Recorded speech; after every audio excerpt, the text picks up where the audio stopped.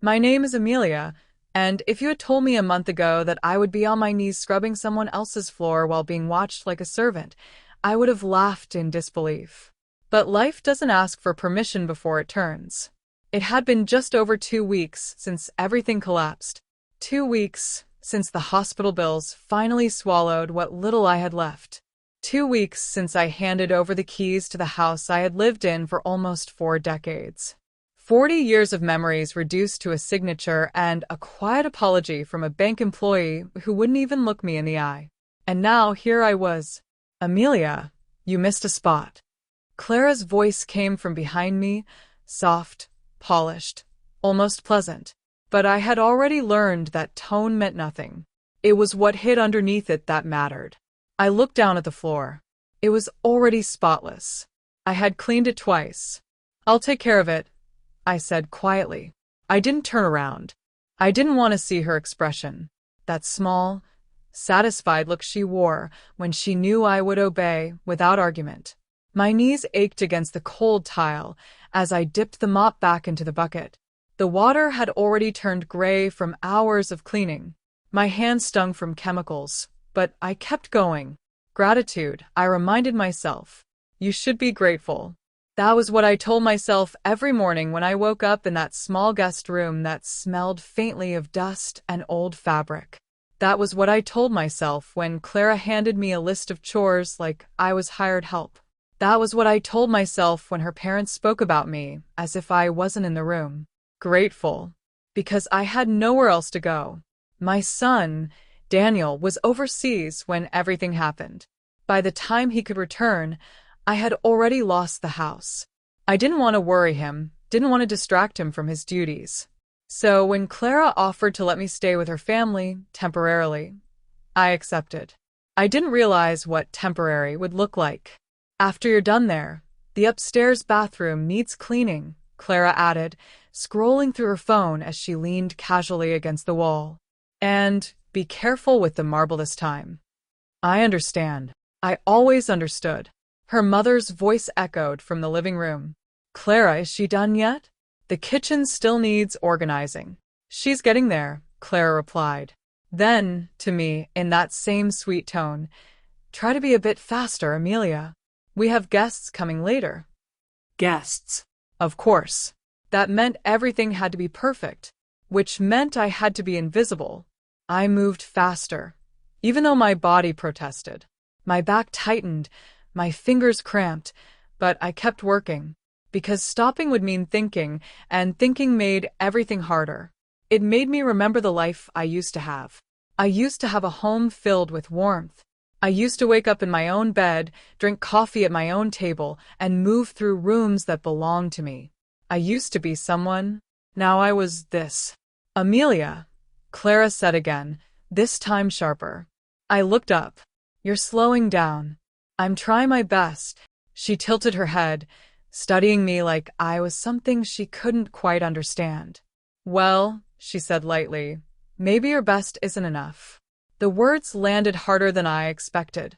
I looked back down at the floor and continued scrubbing. Because what was I supposed to say? That I had worked my entire life? That I had raised my son alone after his father left when he was just a boy? That I had taken every job I could find, cleaning, bookkeeping, night shifts, just to make sure he had opportunities one never did? None of that mattered here. Here, I was just a burden. The afternoons stretched on endlessly. One task turned into another, then another. The list never seemed to shrink. Every time I finished something, Clara found something else that needed to be redone. By the time I reached the kitchen, my hands were trembling. Careful with those dishes, she said, watching me as I dried them. They're expensive. I will be. I noticed yesterday you weren't very careful. I paused. I didn't break anything. She smiled faintly.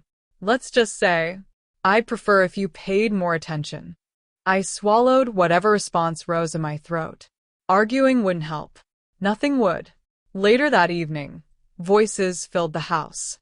Laughter, light conversation, the clinking of cups. Clara's parents had invited neighbors over. I stayed in the kitchen, quietly preparing a tray with coffee and small desserts. Amelia, Clara called, bring this to the living room. I hesitated for a second, not because I didn't want to go, but because I knew what it would feel like. Still, I lifted the tray and walked in. For people sat comfortably, chatting as if nothing in the world could disturb their peace. They all turned to look at me as I entered. "Oh, how lovely," one of the women said. "You have help." Clara's mother laughed softly. "Oh, it's just temporary. Amelia needed a place to stay." The way she said it, light, dismissive, made my chest tighten. I set the tray down carefully and forced a small smile. No one asked me to sit. No one asked me anything at all. I turned and walked back to the kitchen. Behind me, the conversation continued. "She's adjusting," Clara's voice said. "It's been a bit challenging." More laughter. I gripped the edge of the counter, my fingers whitening. Challenging. That was what I was now. Not a mother. Not a woman who had lived a full life. Just an inconvenience. I stayed there longer than necessary, pretending to organize things that were already in order. Anything to avoid going back out there. Eventually, I returned to the hallway, hoping I was done for the day. But of course, I wasn't. "Amelia," Clara said, stepping in front of me. "Yes." She looked down at the floor. "I think you should clean this again." I blinked. "I just finished." "There are streaks." I followed her gaze. There weren't. Not a single one. "I don't see. Are you arguing with me?" Her tone changed instantly. Cold. Sharp. "No," I said quickly. "Good." She crossed her arms. "Then do it again." For a moment, I just stood there. Something inside me, small, fragile, shifted. But then I nodded. "Of course." I turned, grabbed the mop, and began again. My body felt heavier this time. Every movement slower, more difficult. From the living room, laughter continued. And I realized something then. They could see me. From where they were sitting, they could see me on my knees, cleaning the same floor again. And they were still laughing. Something inside my chest tightened painfully. But I kept going. Because what choice did I have? I don't remember exactly when the humiliation stopped feeling sharp and started feeling normal. That was the part that scared me the most. Not Clara's voice, not her constant corrections, not even the way her parents watched me like I was something beneath them, but how quickly I had begun to accept it as part of my life. That evening, after the guests left and the house finally quieted down, I stood alone in the kitchen, rinsing cups that were already clean. My hands moved automatically, my thoughts drifting somewhere far away. I used to have evenings filled with conversation, with warmth, with the quiet comfort of belonging somewhere. Now, silence felt heavy, like something pressing down on my chest. "You're still not done?" Clara's voice cut through the quiet. I turned slightly. "I'm finishing up." She stepped closer, her heels clicking softly against the floor. "You take too long with everything. It's not that complicated. I'm doing it properly." She let out a small laugh. "Properly? Amelia, you're not running a hotel. It's just basic cleaning." I said nothing. That seemed to annoy her more. "You know," she continued, leaning against the counter, "when Daniel comes back, we really need to figure out what you're going to do." My hands stilled for a second before continuing. "I've been thinking about it." "Good. Because this arrangement isn't sustainable." Arrangement. That word again. I dried another cup, carefully placing it on the rack. "I understand." She watched me for a moment, then sighed, as if I were exhausting her. "It's just having someone extra in the house. It changes things. It creates stress." I nodded, even though something inside me twisted. "I don't want to be a burden," I said quietly. She smiled, but there was no warmth in it. "Then don't be." The words settled between us like something final. She turned and walked away, leaving me alone with the sound of dripping water and my own thoughts. That night, I lay awake staring at the ceiling of the small room they had given me. The mattress was thin, the blanket scratchy, and the air smelled faintly of old wood and something damp I couldn't quite identify. I shifted, trying to get comfortable, but sleep wouldn't come. Instead, memories did. Daniel as a child, running through our old living room, laughing. His small hands tugging at my sleeve, asking questions about everything. The nights I stayed up late sewing his school clothes because I couldn't afford new ones. The mornings I woke before dawn to prepare his breakfast before heading to work. I had never felt poor back then. Tired, yes. Overwhelmed, often. But never worthless. I turned onto my side, pulling the blanket closer. When had that changed? Sometime during those 2 weeks, I realized. Somewhere between the constant corrections, the quiet insults, the way they spoke about me as if I wasn't really there. It hadn't happened all at once. It never does. The next morning came too quickly. I woke before anyone else, out of habit, and went downstairs to start cleaning before Clara could ask. If I stayed ahead of her expectations, maybe the day would be easier. It wasn't. Amelia, her mother called from the living room later that morning. Did you clean the upstairs bathroom? Yes, I did. Are you sure? It didn't look very clean when I checked. I froze for a moment, then forced myself to respond calmly. I'll go check it again. You should, she said, her tone light but unmistakably critical. Details matter. Details. Everything was about details here. Tiny, invisible flaws that only seemed to exist when they were pointed out. I went upstairs and looked at the bathroom. It was spotless. I stood there for a long moment, staring at the sink, the mirror, the floor, everything exactly as it should be. Then I picked up the cloth and started cleaning it again. Because arguing wouldn't change anything. By midday, my back ached so badly I had to lean against the counter just to rest for a moment. That was when Clara walked in. What are you doing? She asked. Just taking a second. Her expression hardened. You've been taking a lot of seconds lately. I straightened immediately. I'm sorry. You should be more mindful, she said. We all have responsibilities. Responsibilities. The word echoed in my mind. I had spent my entire life carrying responsibilities. Raising a child alone, working multiple jobs, managing a household, caring for my husband when he fell ill. Responsibility had defined me. And yet here it was being used like an accusation. I'll keep going, I said. Good. She paused, then added casually. Also, after lunch, I want you to reorganize the storage closet. It's a mess. I thought it was fine. It's not. Of course it wasn't. Nothing ever was. I spent the next few hours in that closet, sorting through boxes that weren't mine, organizing items I hadn't touched before, trying to make sense of a system that seemed to change depending on Clara's mood. Dust filled the air, making my throat dry. My knees protested every time I bent down, but I kept going, because stopping meant thinking, and thinking meant remembering. Late in the afternoon, as I carried a box back into place, I heard voices from downstairs again. More guests. I closed my eyes briefly. Of course. I finished what I was doing and went down, already knowing what would come next. Amelia, Clara called, just as expected. We need more coffee. I nodded and went to the kitchen. This time, my hands shook more noticeably as I prepared the tray.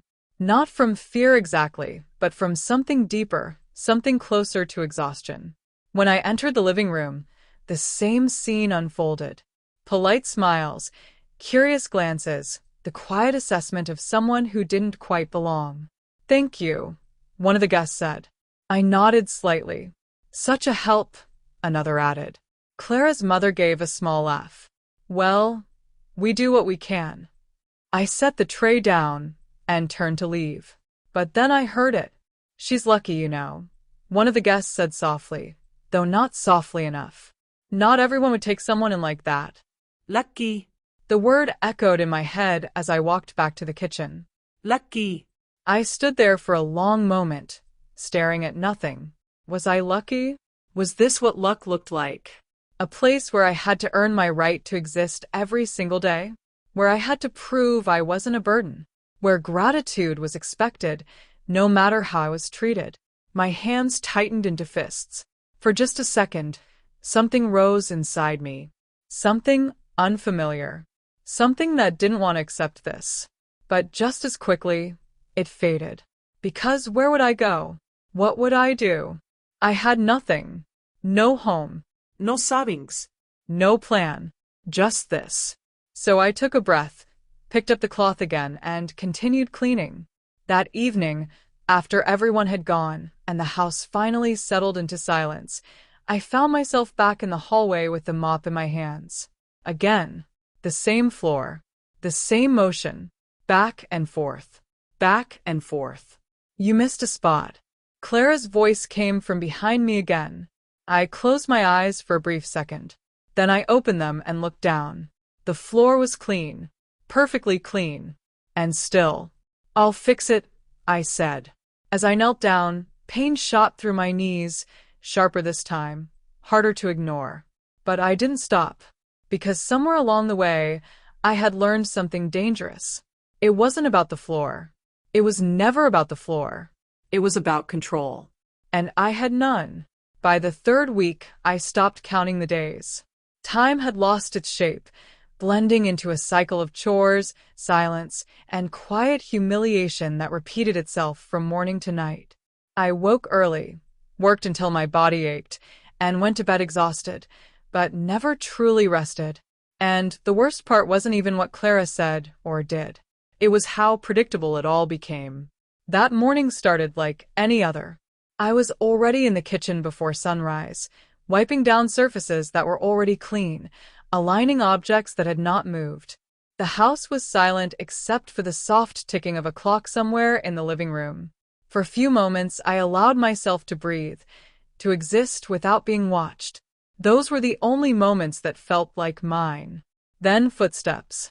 "You're up early," Clara said, walking in with her phone already in hand. I thought I'd get ahead of things. She glanced around, inspecting the room with a quick, practiced look. Good. At least you're learning. Learning. The word stung more than I expected. I've always known how to clean, I said before I could stop myself. The silence that followed was immediate. Clara slowly lowered her phone and looked at me. Excuse me? I felt it then, that shift. That moment when I had crossed an invisible line. I just meant, I hesitated. I've managed my own home for many years. Her lips curved slightly, but there was no humor in it. Clearly not well enough. I looked down, my chest tightening. I didn't mean to argue. You didn't, she said calmly. You corrected me. I'm sorry. She stepped closer, her voice soft again, but sharper underneath. You should be careful, Amelia. When someone is kind enough to help you, you don't question them. Kind enough. I nodded. Of course. She studied me for a second longer, then turned away as if nothing had happened. The laundry needs to be redone. You folded it wrong yesterday. I swallowed. All right. And after that, vacuum the entire house. Properly this time. Properly. Always properly. She left the room, and I stood there for a moment, gripping the edge of the counter. My heart was beating faster than it should have been, my hands slightly unsteady. All because I had said one sentence. Just one. I let out a slow breath and forced myself to move. The laundry room smelled like detergent and damp fabric. I unfolded everything I had carefully done the day before and started again, following the same precise motions, trying to guess what properly meant today. It changed often. That was the hardest part. There were no real rules, only shifting expectations. By the time I finished, my back was already aching. I moved on to vacuuming, pushing the machine across the floor in slow, careful lines. I focused on the sound, on the repetition, anything to keep my thoughts quiet. But they didn't stay quiet. They drifted, as they always did, back to Daniel. I wondered what he would think if he saw me like this. Not because he would judge me, never that, but because I knew how much it would hurt him. That was why I hadn't told him. Why I had said everything was fine.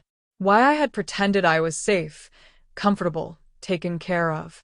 Because the truth would have pulled him away from his duty. It would have weighed on him, distracted him, and I couldn't do that to him. So I carried it alone, just like I always had. By midday, the house was alive again. Clara's parents were in the living room, the television playing softly in the background. I could hear their voices drifting into the hallway as I worked. "She's still here?" her father asked. "For now," Clara replied. There was a pause. "How long is this supposed to last?" "I told you, it's temporary. She doesn't seem very independent." I stopped moving. The vacuum hummed quietly in my hands, but I wasn't pushing it anymore. "I'm working on it," Clara said. "But you know how people like that are." People like that. The words settled heavily in my chest. I forced myself to move again, to keep working, to pretend I hadn't heard anything. Because what else could I do? Confront them? Defend myself? And say what? That I had spent my entire life working, sacrificing, surviving? That I had lost everything not because of poor choices, but because life had taken more than I could fight back against? It wouldn't matter. Here, none of that mattered. By late afternoon, my body felt like it was made of glass, fragile, ready to crack under the slightest pressure. I was wiping down the entryway when Clara appeared again. "You're still not done?" "I'm finishing the last part." She looked at the floor, then shook her head. "You missed this section." I followed her gaze. There was nothing there. "I'll redo it," I said immediately. She smiled slightly. "Good." I bent down, my knees protesting loudly this time, and started again. The cloth moved across the same surface I had already cleaned twice. And as I worked, something inside me shifted again, but not like before. This time, it didn't fade as quickly. It stayed. A quiet question. Why? Why was I doing this? Why was I accepting this? The answer came just as quickly. Because I had nowhere else to go. Because I needed this roof. Because I had nothing. And yet, the question didn't disappear. It lingered. Uncomfortable. Unanswered. That evening, there were guests again.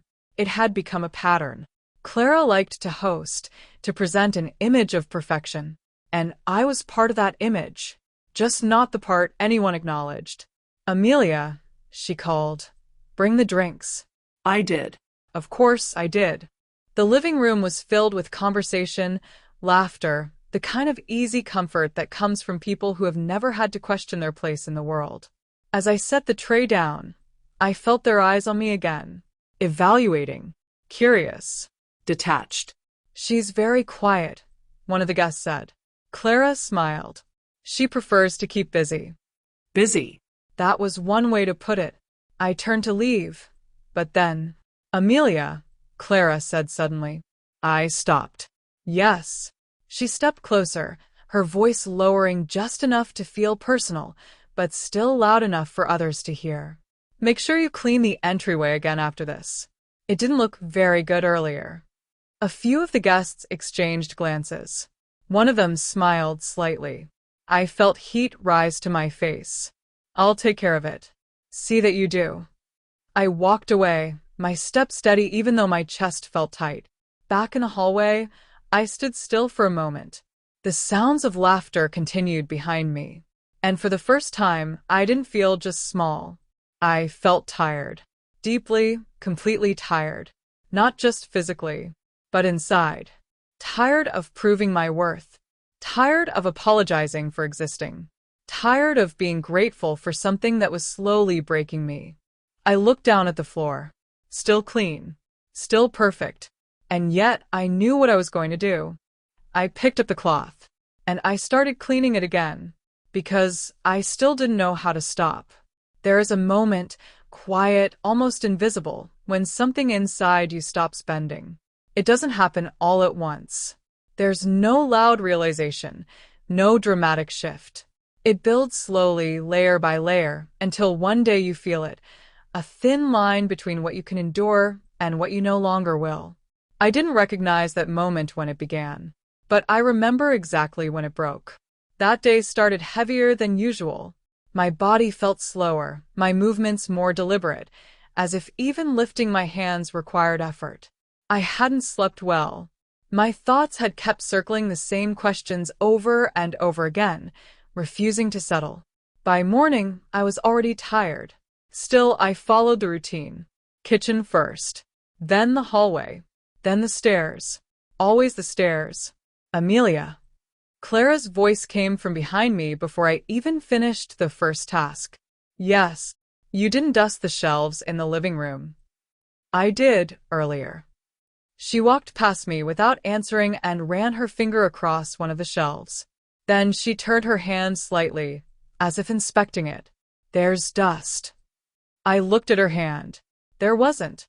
I'll do it again, I said. She didn't respond right away. Instead, she watched me, closely, deliberately, as if waiting for something. Maybe she expected hesitation. Maybe she wanted resistance. But I gave her nothing. Good, she said finally.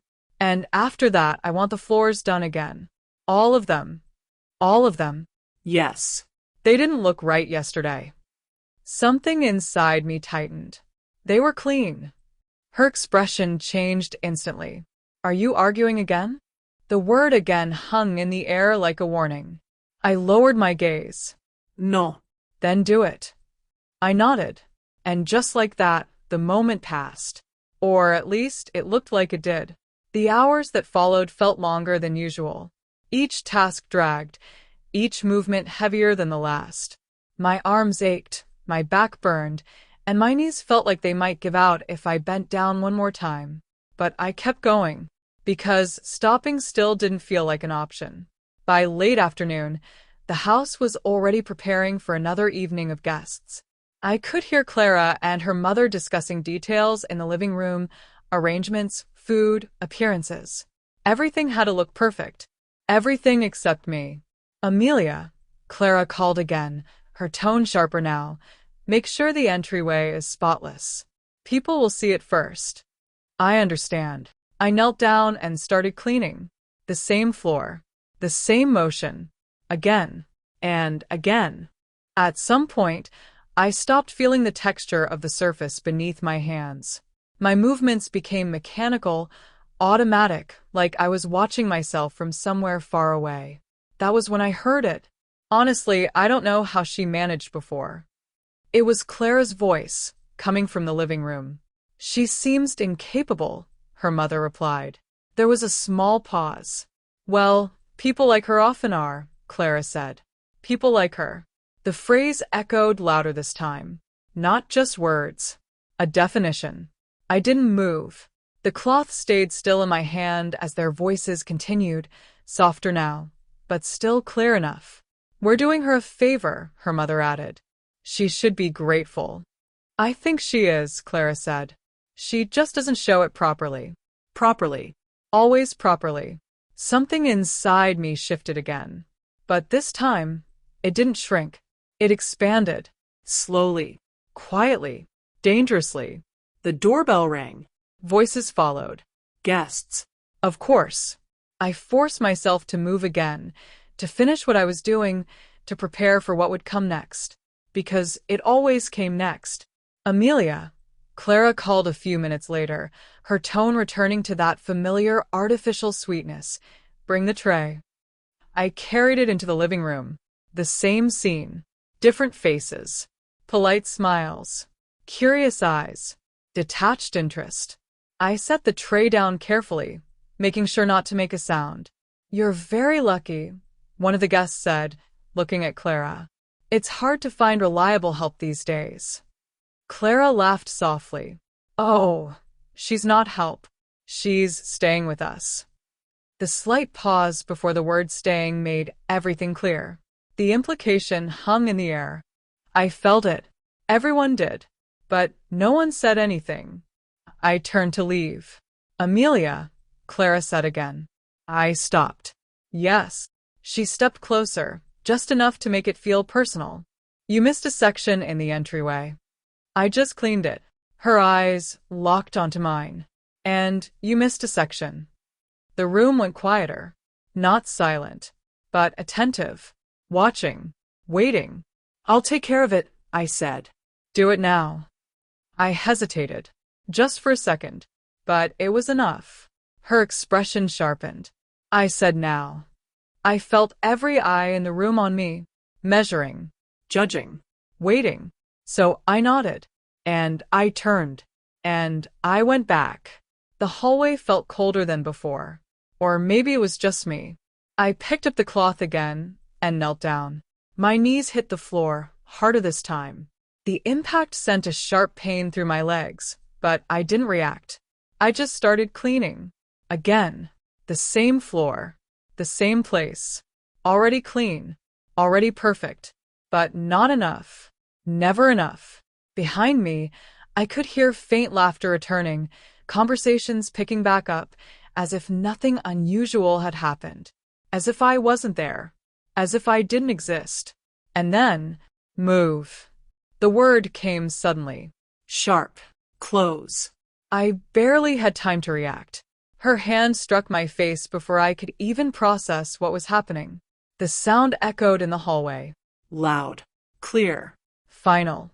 For a moment, everything stopped. The cloth slipped from my hand. My body shifted backward, unsteady, my palm hitting the wall to keep from falling.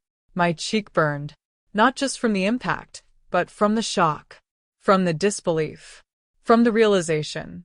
It had happened, actually happened. You can't even do this properly, Clara said, her voice no longer soft, no longer controlled. How hard is it? I didn't answer. I couldn't. My ears were ringing. My thoughts scattered. Slowly, I became aware of movement behind her. The guests. They were watching. I turned my head slightly, and what I saw stayed with me. No try. No concern, just interest. And something worse. Amusement. One of them smiled. Actually smiled. Oh dear, someone said lightly. Sometimes you have to be firm. A quiet chuckle followed. My chest tightened so sharply it almost hurt to breathe. This wasn't just happening. It was being watched, accepted, even enjoyed. Clara picked up the cloth and shoved it back into my hands. Do it again, she said coldly. And do it right. My fingers closed around it automatically. My body moved before my mind could catch up. I knelt down again. The same position, the same floor. But nothing was the same anymore. Because something had finally broken. Not loudly, not dramatically, but completely. I started cleaning again. Slowly. Mechanically. My vision blurred, but I refused to let the tears fall. Not here. Not in front of them. I wouldn't give them that. The hallway felt smaller now. Heavier. Like the walls themselves were closing in. And then, a sound. Outside. A car door slamming. Footsteps. Familiar. Strong. Steady. The front door opened. And everything changed. I didn't turn immediately. I didn't have to. I felt it. The shift. The air itself seemed to change. What is going on here? The voice cut through everything. Deep. Controlled. But filled with something dangerous. My heart stopped. I knew that voice. I hadn't heard it in weeks. But I would recognize it anywhere. Slowly, I looked up. And there he was. Daniel. Standing in the doorway. Taking it all in. Me on my knees. The cloth in my hands. The mark on my face. Clara standing over me. The guests watching. For a moment, no one spoke. No one moved. The silence was heavier than anything that had come before. And then, everything was about to explode. Time didn't just slow down when Daniel walked in, it fractured.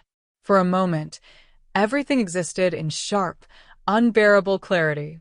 I could hear my own breathing, uneven and shallow. I could feel the sting on my cheek, still burning where Clara's hand had struck me. I could see the exact expression on every face in that room, the shift from amusement to discomfort, from control to uncertainty.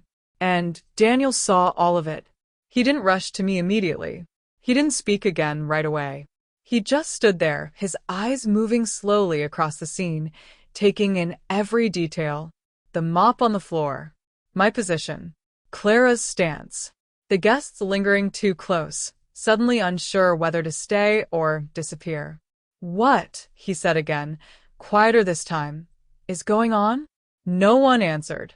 Not immediately. Clara recovered first. She always did.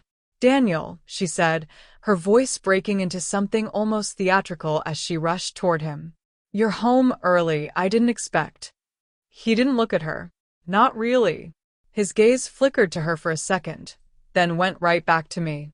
Still on my knees, still holding that cloth. Amelia, he said, and there was something in his voice I hadn't heard in years. Not even when he was younger. Not even when life had been hard. Get up. My body didn't move at first. Not because I didn't want to, but because I didn't know how. I had been down there for so long that standing up suddenly felt unnatural. Now, he added. That did it. I pushed myself up slowly, my knees protesting, my balance unsteady. Before I could fully straighten, he was already beside me, one hand lightly gripping my arm, not controlling, just steadying. The contrast alone was enough to make my throat tighten. Are you okay? He asked. I nodded. I couldn't trust my voice. His eyes shifted to my face, to the mark, and something inside him changed. I saw it happen. A tightening of his jaw, a stillness that wasn't calm. It was controlled fury. Who did that? The question was simple, but it landed like a threat. Clara stepped forward quickly. Daniel, it's not what it looks like. Who? He repeated, louder now, sharper. Did that? Silence. The room held its breath. Clara tried again, softer this time. She was being difficult. I was just trying to. You hit her. It wasn't a question. It was a statement. No, ibaré. You hit her. This time, his voice cracked through the room like something breaking. One of the guests flinched. Another quietly reached for her bag. The energy had shifted completely. Clara's composure started to slip. Daniel, you don't understand. She wasn't listening. She kept. He repeated slowly. I felt his grip on my arm tighten just slightly, not in anger toward me, but in restraint. That's my mother. The words cut through everything. Clear. Final. Unarguable. Clara opened her mouth, then closed it again. For the first time since I had known her, she looked uncertain. Her father stepped forward then, attempting to regain control. Now listen, son. There's no need to escalate this. It was just a misunderstanding. Daniel turned his head toward him. Slowly. Was it? The older man hesitated. Well, things got a little out of hand, but Daniel's gaze moved back to the room, to the guests who were now avoiding eye contact, to the space where laughter had existed just minutes before. And all of you just watched? No one answered. Of course they didn't. Interesting, he said quietly. I could feel something building in him, not chaotic, not uncontrolled, but focused. Dangerous in a way that didn't need volume to be felt. He turned back to Clara. Explain it to me. Her eyes filled instantly, tears appearing as if on cue. I've been trying to help her, Daniel. I really have. But she's been so difficult. She doesn't listen. She argues.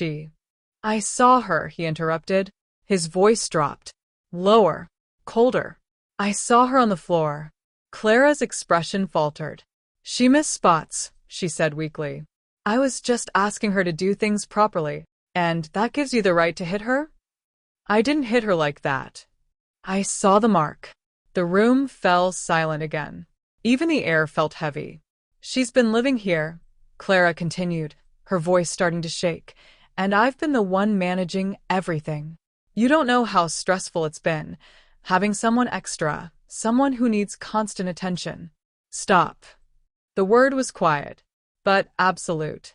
Don't, Daniel added. You dare. Clara froze. He took a step closer to her now, placing himself fully between her and me. You're talking about my mother, he said. The woman who raised me. The woman who worked her entire life. So, I could stand here right now. Clara's tears fell more freely now. I know that, No, he said sharply. You don't. Her mouth closed. You don't know anything about her, he continued. Because if you did, you wouldn't be standing here trying to justify this. Her parents shifted uncomfortably behind her. You've had her cleaning this house? He asked. She offered to help. On her knees. No answer. You've been treating her like this for how long? Clara hesitated. Answer me. 2 weeks. The number hit harder than I expected, because hearing it out loud made it real. 2 weeks. Daniel exhaled slowly, running a hand through his hair. And in those 2 weeks, he said, you thought this was acceptable? I was just trying to keep things under control. By humiliating her? I wasn't humiliating. I walked in and saw a room full of people watching my mother scrub a floor while you stood over her. The truth of it filled the space. No one could deny it.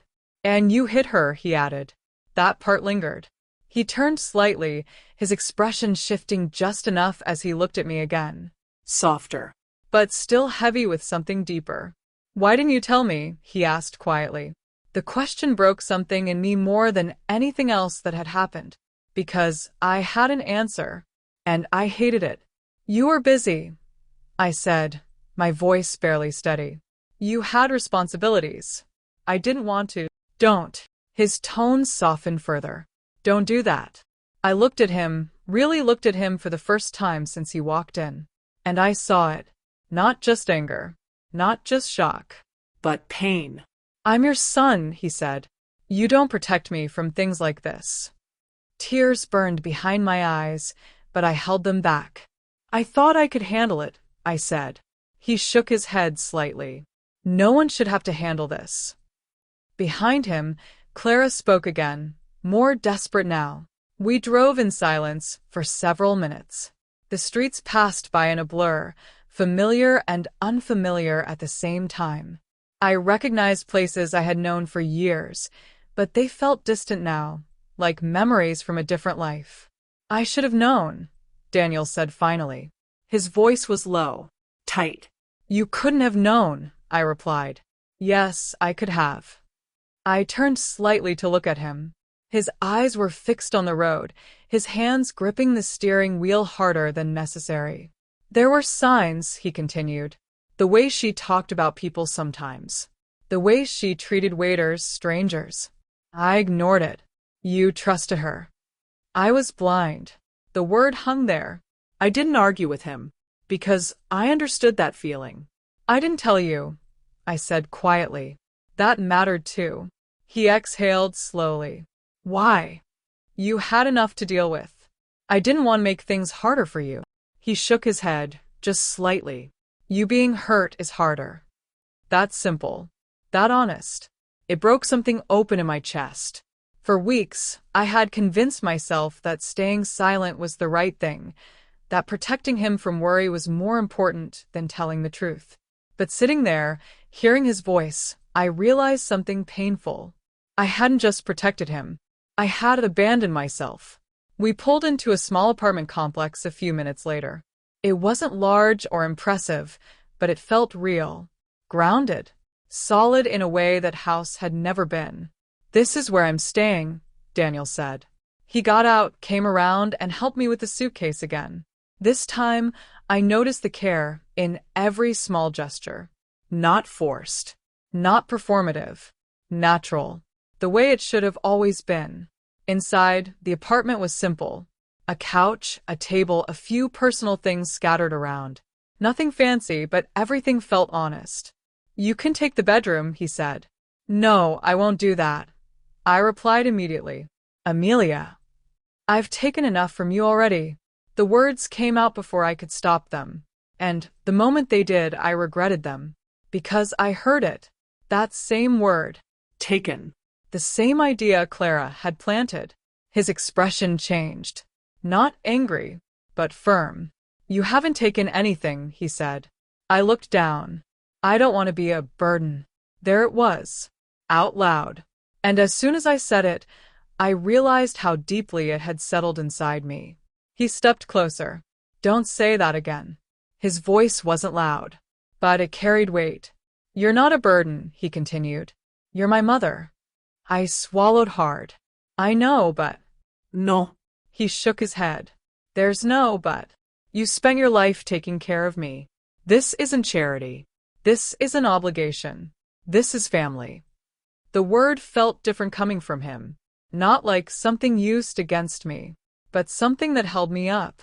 I sat down slowly on the couch, my hands resting in my lap. For the first time in weeks, I didn't feel like I had to move, to prove something to justify my presence. I could just sit. That alone felt unfamiliar. That night, I barely slept. Not because I was uncomfortable, but because my mind wouldn't stop. Everything replayed in fragments. The slap, the laughter, Daniel's voice, the moment we walked out. And underneath all of it, one thought kept returning.